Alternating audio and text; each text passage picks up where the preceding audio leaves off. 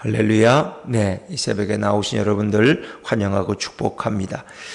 자, 오늘도 태풍 가운데서 또 이렇게 바람과 폭우 가운데서도 우리를 지키시는 주님께서 우리 인생의 연단과 고난 속에서도 오늘도 우리를 보호하시고 인도하실 줄로 믿습니다.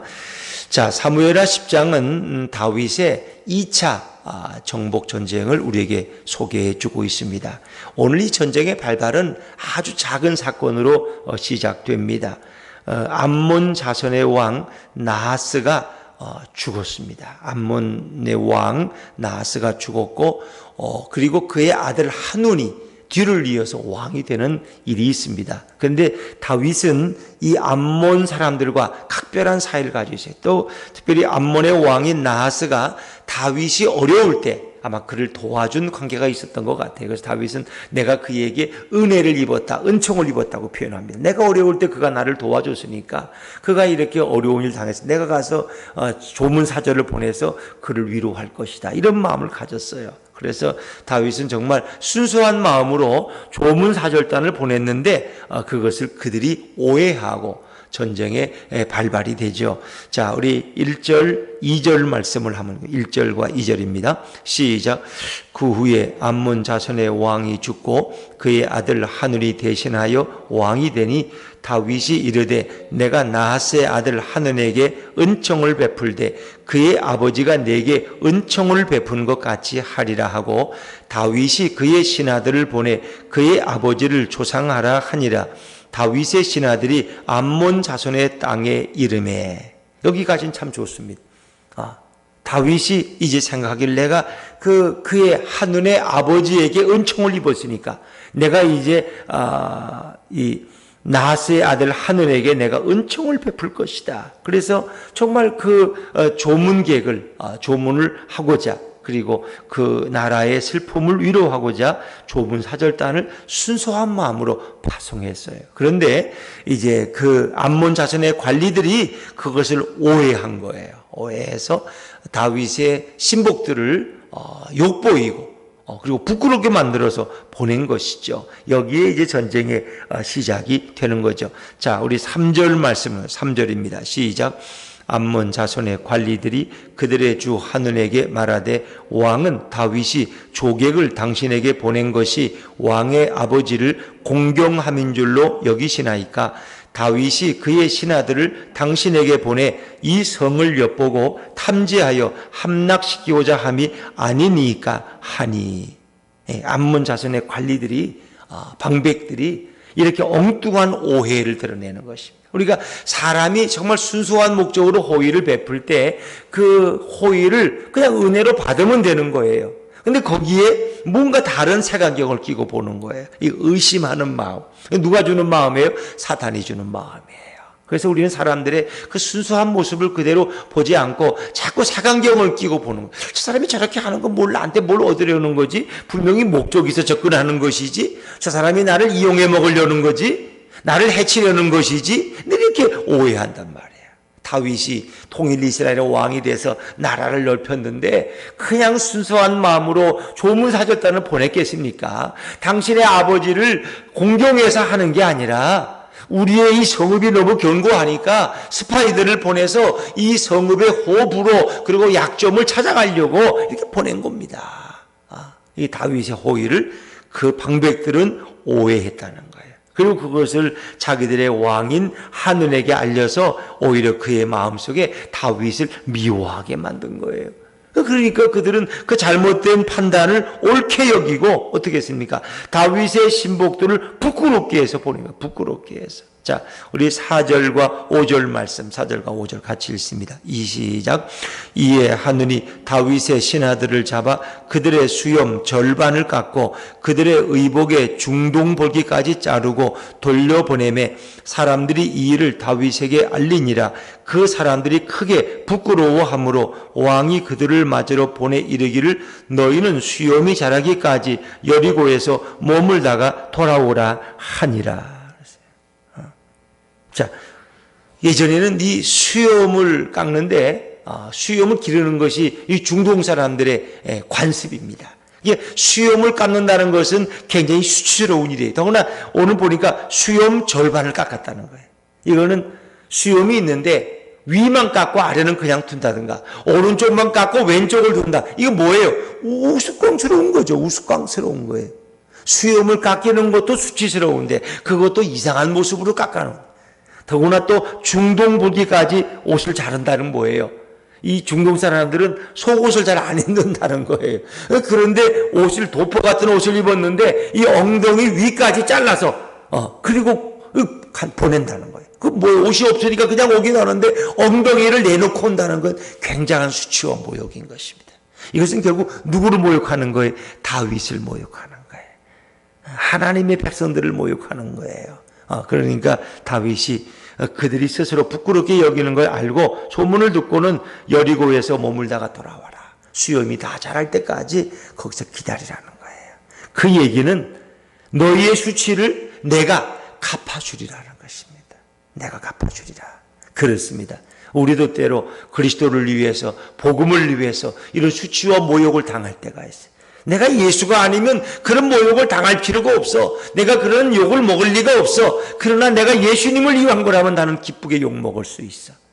그 이상의 수치와 부끄러움도 나는 당할 수 있어. 그럴 때 누가? 예수님께서 저와 여러분의 수치를 다 갚아주시고 덮어주실 줄로 믿습니다. 다윗의 그런 의대. 너가 여기 기다리라는 것은 내가 너희의 수치를 갚아줄 것이다 하는 거예요. 자, 그리고 다윗은 아직도 전쟁을 일으키지 않습니다. 바로 복수하지 않습니다. 다윗은 신중한 사람입니다. 하나님의 뜻이 아니면 그는 움직이지 않습니다. 그런데 오히려 도둑질한 자가 발이 저린다고 그들이 먼저 전쟁을 일으키는 것입니다. 자, 6절 말씀이고 6절입니다. 6절 시작. 암몬 자손들이 자기들이 다윗에게 미움이 된 줄 알고 암몬 자손들이 사람을 보내 벤노홉 아람 사람과 소바 아람 사람의 보병 2만 명과 마아가 왕과 그의 사람 1000명과 돕 사람 아멘 모두 합치면 4개국에 3만 3천 명이 3만 3천 명. 근데 여기 보니까 이제 지금 여기는 암몬이라는 나라인데 그들이 사람들에게 요청해서 그들을 고용했다 그러는데 벤노홉 아람 사람, 소바 아람 사람. 그러니까 아람 사람들이 여기저기 흩어져서 작은 나라를 이룬 거예요. 그래서 앞에 나오는 건 벤노홉 아람 사람, 소바 아람 사람의 보병 2만 명. 그렇죠? 그래서 여기저기 끌어모아서 3만 3천 명을 고용했다. 고용했다는 건 뭐예요? 돈 주고 샀다는 거예요. 용병. 그래서 이 암몬의 왕 한눈이 용병을 모집했다는 거예요. 왜? 다윗이 우리를 분명히 복수하러 올 거다. 우리를 미워할 거야. 그러니까 우리도 준비해야 돼. 자, 그래서 그들이 전쟁을 준비하니까 7절에 다윗이 듣고 요압과 용사의 온 무리를 보냈다는 거죠. 자, 그런데 요압과 이제 그의 동생 아비새가 군사를 이끌고 가는데 어떻습니까? 저들은 3만 3천 명이지만 요압 장군은 많은 군사를 끌고 가지 않습니다. 아주 정예 군인을 내세워서 전쟁을 치릅니다. 자, 우리 9절 말씀 한번 읽어봐요. 9절입니다. 9절 시작. 요압이 자기와 맞서 앞뒤에 친 적진을 보고 이스라엘의 선발한 자 중에서 또 엄선하여 아람 사람과 싸우려고 진치고. 많은 군사를 끌고 가지 않아요. 선발한 자 중에서도 또 엄선해서 아주 정예군인만 데리고 나가는 것입니다. 어찌 보면 기도원의 300명처럼 10만 대군 앞에 300명이 무슨 힘이 있겠어요? 그것처럼 요압은 아주 정예군인을 선발해서 데리고 나갑니다. 여러분, 어찌 보면 그래서 요압은 이 전쟁에 승리하죠. 그래서 아비새와 요압은 서로 약속을 해요. 나는 아람 사람과 싸우고 너는 암몬 자손과 싸우라. 왜? 이 연합군이니까 상대가 연합군이에요. 그래서 크게 암몬 군대와 아람 군대가 있으니까 하나씩 맡은 거예요. 그래서 요압은 아람 군대를 맡고 아비새는 암몬 군대를 막고 이렇게 싸우는 거예요. 자, 우리 좀 설명이 필요하죠? 10절과 11절 같이 읽죠. 시작. 그 백성의 남은 자를 그 아우 아비새의 수하에 맡겨 암몬 자손과 싸우려고 진치게 하고 이르되 만일 아람 사람이 나보다 강하면 내가 나를 돕고 만일 암몬 자손이 너보다 강하면 내가 가서 너를 도우리라. 저 도와주려 약속하는 거예요. 내가 밀리면 너가 나를 돕고 내가 이기면 내가 너를 가서 돕겠다는 거예요. 왜? 이게 두 나라와 싸워야 되니까, 연합군이니까. 이래서 요압과 아비새 형제는 이렇게 전략을 짰다는 것입니다. 그래서 우리 하나님의 사람들도 숫자가 많고 적은 거 중요한 게 아니라 서로 이렇게 돕고 협력하는 지혜와 전략이 필요하다는 거죠. 그러면서 요압의 신앙 고백이 참 아름답습니다. 요압이 뭐 그렇게 나중에는 좋은 왕 장군으로 비치지 않습니다만은 지금은 성령 충만해서 지금은 승리로 전쟁을 이끌어 나가는데 그의 고백을 한번 보세요. 12절 말씀, 12절 시작. 너는 담대하라. 우리가 우리 백성과 우리 하나님의 성읍들을 위하여 담대히 하자. 여호와께서 선히 여기시는 대로 행하시기를 원하노라 하고. 아비새에게 너는 담대하라. 꿀리지 말라. 두려워하지 말라. 우리는 지금 명분이 있고 목적 있는 싸움을 한다는 거예요. 여러분, 이 암몬과 이 모압 사람들 뭡니까? 이 암몬과 아람 사람들은 이게 돈 받고 온 사람들이에요. 여기저기 그냥 끌어모아가지고 모인 연합. 돈 받고 온 사람들은 이런 생사관이 뚜렷하지 않습니다. 돈 받고 하는 일이기 때문에 위험하면 도망치는 거예요. 그러나 오늘 요압과 아비새의 군대는 달라요. 우리는 우리 백성을 지키기 위해서 하나님이 허락하신 이 성읍들을 보호하기 위해서 우린 담대히 싸우자. 여호와께서 선히 여기시는 대로 행하시기를 원하노라 하고. 이 얘기는 바꿔 말하면 이 싸움은 하나님이 기뻐하시는 싸움이고 우리는 반드시 승리할 것이다. 하나님이 우리를 도우실 것이다.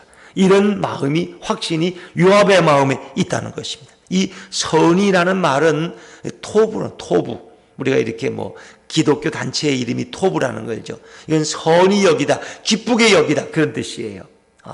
여러분, 갈렙이 이제 12명의 정탐군이 돌아와서 보고할 때 10명은 부정적인 보고를 했어요. 그러나 여호수아와 갈렙의 보고는 달라요. 하나님이 기뻐하시면 우리는 저 성을 정복할 수 있습니다. 이 기뻐하시면 말이 토부예요. 토부. 하나님은 이것을 기뻐하십니다. 왜? 하나님이 가라그셨고 하나님이 약속하신 땅이고 하나님이 동행하시는 전쟁이기 때문에 우리는 반드시 승리할 거라는 거예요. 이 확신이 있어요. 그러니까 비록 소수가 싸워도 하나님이 우리와 함께 한다는, 우리에게 승리를 주신다는 확신이 있기 때문에 그들은 승리할 수 있는 거예요. 그렇습니다. 그래서 이것이 바로 하나님의 교회의 전략인 것입니다. 전략. 교회가 크다고 큰 일을 하는 건 아니에요. 몸뚱이가 크면은 그저 교회를 위해 쓰는 돈이 너무 많아. 왜? 그 교회 관리인을 또 해야지, 엘리베이터가 몇 개씩 되지, 차량이 몇 대씩 되지, 그 관리하는 비용만 너무나 많아. 교회가 있으면 교회를 통해서 먹고 사는 인원이 너무나 많아. 그래서 교인들 헌금이 거기에 다 사요. 교회 자체를 운영하는 너무나 많은 돈이 있어요. 그러다 보면 제대로 하나님의 일을 하지 못하는 경우도 있어요. 그러나 어떻게 보면 우리처럼 이렇게 작아 보이는 교회도, 왜? 별로 직원들이 유급 직원이 별로 없으니까 우리는 오직 선교하는 일에 집중할 수 있다는 거예요. 집중할 수 있다는 거예요. 오히려 그것처럼 오히려 적은 하나님의 교회들이 하나님의 말씀으로 무장하면 더 큰 일을 할 수도 있다는 것입니다. 오늘 요압과 아비새는 아주 작은 군사들을 이끌고 하나님을 의지해서 나갔기 때문에 결국 그들은 큰 승리를 거두게 되는 것입니다. 그래서 전쟁의 승패는 숫자에 많고 적음에 있지 않다는 것입니다. 우리는 숫자가 작은 교회 교인이라고 해서 우리는 약하고 우리는 부끄러운데 나는 개척교회 나가, 이렇게 할 필요가 없다는 것입니다. 작은 수의 사람들도 그들이 한 사람 한 사람 예수의 마음으로 무장하면, 예수의 사람이 되면 그들은 어느 큰 교회보다 더 큰 일을 감당할 수 있다는 것입니다. 하나님은 오늘도 교회가 덩치가 크다고 사용하고 교회가 작다고 사용하지, 이런 시대가 아니라는 것입니다. 예수님의 임재가 있는 교회, 하나님이 그에 함께하는 그 교회가 가장 강한 교회고, 그리고 하나님이 임재가 늘 떠나지 않는 그런 교회가 승리하는 교회라고 말할 수 있는 것이죠. 결국 이 전쟁의 결과는 무엇입니까? 이 적은 숫자가 공격했지만 결국은 연합군들이 도망하게 되죠. 도망하게 돼. 자, 13절, 14절 말씀, 13절, 14절 같이 읽죠. 시작. 요압과 그와 함께한 백성이 아람 사람을 대항하여 싸우려고 나아가니 그들이 그 앞에서 도망하고 암몬 자손은 아람 사람이 도망함을 보고 그들도 아비새 앞에서 도망하여 성읍으로 들어간지라. 요압이 암몬 자손을 떠나 예루살렘으로 돌아가니라. 전쟁이 끝났어요. 그들이 그냥 싸우다가 한쪽이 패배하고 도망가는 거 보니까 같이 그냥 도망가 버렸어요. 이게 이 약한 돈 받고 모인 연합군의 모습이에요. 내가 이 교회에 왜 나와야 되는지도 몰라. 내가 왜 예수를 위해 살아야 되는지도 몰라. 그냥 교회 나가는 게 좋다니까 그냥. 그래도 큰 교회가 적은 교회보다 나을 것 같아서 이렇게 나는 온다면 이건 별 의미가 없는 거예요. 교인의 숫자가 적어도 그 한 사람 한 사람이 예수님의 부어주신 소명과 사명으로 충만한 강한 교회. 그런 교회가 이 영적 싸움에 승리하는 교회가 될 수 있다는 것입니다. 몸집이 크다고 이기는 것이 아닙니다. 작아도 주님이 함께하면, 예수님이 대장 되시면 오늘 본문처럼 이길 수 있는 것입니다. 적은 수가 33,000명의 모압과 이 암몬과 이 아람 사람들을 다 물리치고 승리해서 예루살렘으로 돌아왔어요. 자, 그런데 어찌 보면 이스라엘 군대는 선한 군대면은 오늘 이 아람과 암몬 군대는 악한 사람들, 이 사단의 하수인들을 의미하는 것입니다. 그런데 사단의 세력은 한 번 공격으로 포기하지 않습니다. 다시 또 집요하게 공격합니다. 그래서 그들이 다시 군사들을 모아가지고 이번에는 하닷 에셀이라는 왕이 나서서 자기 군사령관 소박을 거느리고 그리고 전쟁을 일으킵니다. 16절 말씀을 해요. 16절 같이 읽죠. 16절 시작. 하닷 에셀이 사람을 보내 강 건너쪽에 있는 아람 사람을 불러내매 그들이 헬람에 이르니 하닷 에셀의 군사령관 소박이 그들을 거느린지라. 다시 군대들을 모았어요. 그리고 이제 그들이 다시 이스라엘을 공격하는데 그들의 숫자가 꽤 많아요. 자, 그래 다윗도 이번에는 전쟁에 누가 나가느냐? 다윗이 십정 나갑니다. 다윗이 온 이스라엘을 모이고 전쟁에 나가는데 이게 이제 최후의 전쟁이죠. 17절, 18절 같이 읽어봅니다. 시작. 어떤 사람이 다윗에게 알림에 그가 온 이스라엘을 모으고 요단을 건너 헬람에 이름에 아람 사람들이 다윗을 향하여 진을 치고 더불어 싸우더니 아람 사람이 이스라엘 앞에서 도망한지라. 다윗이 아람 병거 700대와 마병 4만 명을 죽이고 또 그 군사령관 소박을 치매 거기서 죽으니라. 결국 사단의 세력은 완전히 여기서 멸절되게 되는 것이죠. 다윗이 전 군대를 모아서 마지막 전쟁을 치르는데 큰 승리를 거둬서 그래서 적군 4만 명을 다 죽였어요. 그리고 큰 승리를 거두고 결국 그들이 무릎을 꿇고 다윗에게 조공을 바치는 관계가 되었다는 것입니다. 사단의 세력은 쉽게 포기하지 않습니다. 한번 패배하고 물러나도 다시 집요하게 공격합니다.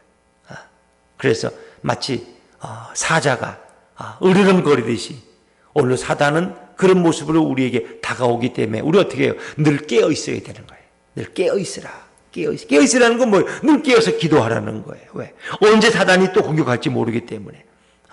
그런데 오늘 다윗이 마지막 승리를 거둔 것처럼 결국 예수 그리스도께서 이 모든 사단과의 영적 싸움에서 마지막 최후의 승리를 거두실 줄로 믿습니다. 이 전쟁의 결과는 이미 보장된 것이고 예정된 것입니다. 그러기에 우리들은 이 모든 영적 싸움에서 지치거나 피곤하면 안 됩니다.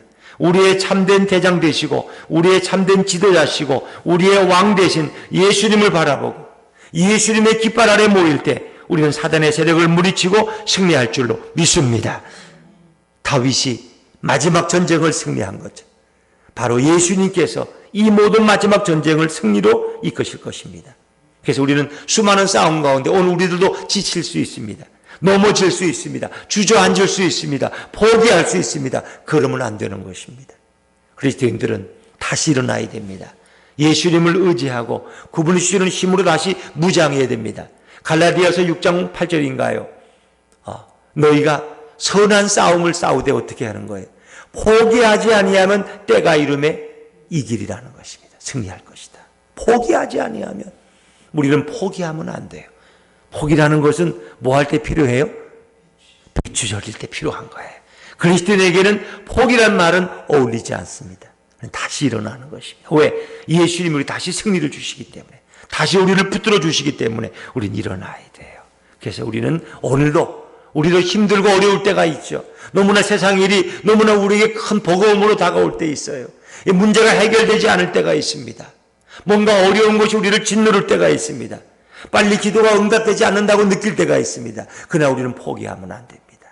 왜? 예수님은 이미 승리한 전쟁을, 마지막 전쟁을 우리에게 약속하셨기 때문에 우리는 우리의 승리자 되시는 살아계시는 예수님을 의지하고 오늘도 담대히 일어나야 됩니다. 이 코로나 가운데서 교회들도 지칠 수 있습니다. 개척교회는 더 말할 것도 없습니다. 그러나 예수님이 계시기 때문에 우리의 대장 되신 주님을 바라보시고 오늘도 담대히 일어서서 이 모든 영적 싸움에서 승리하는 저와 여러분 되시기를 주의 이름으로 축원합니다. 기도하겠습니다.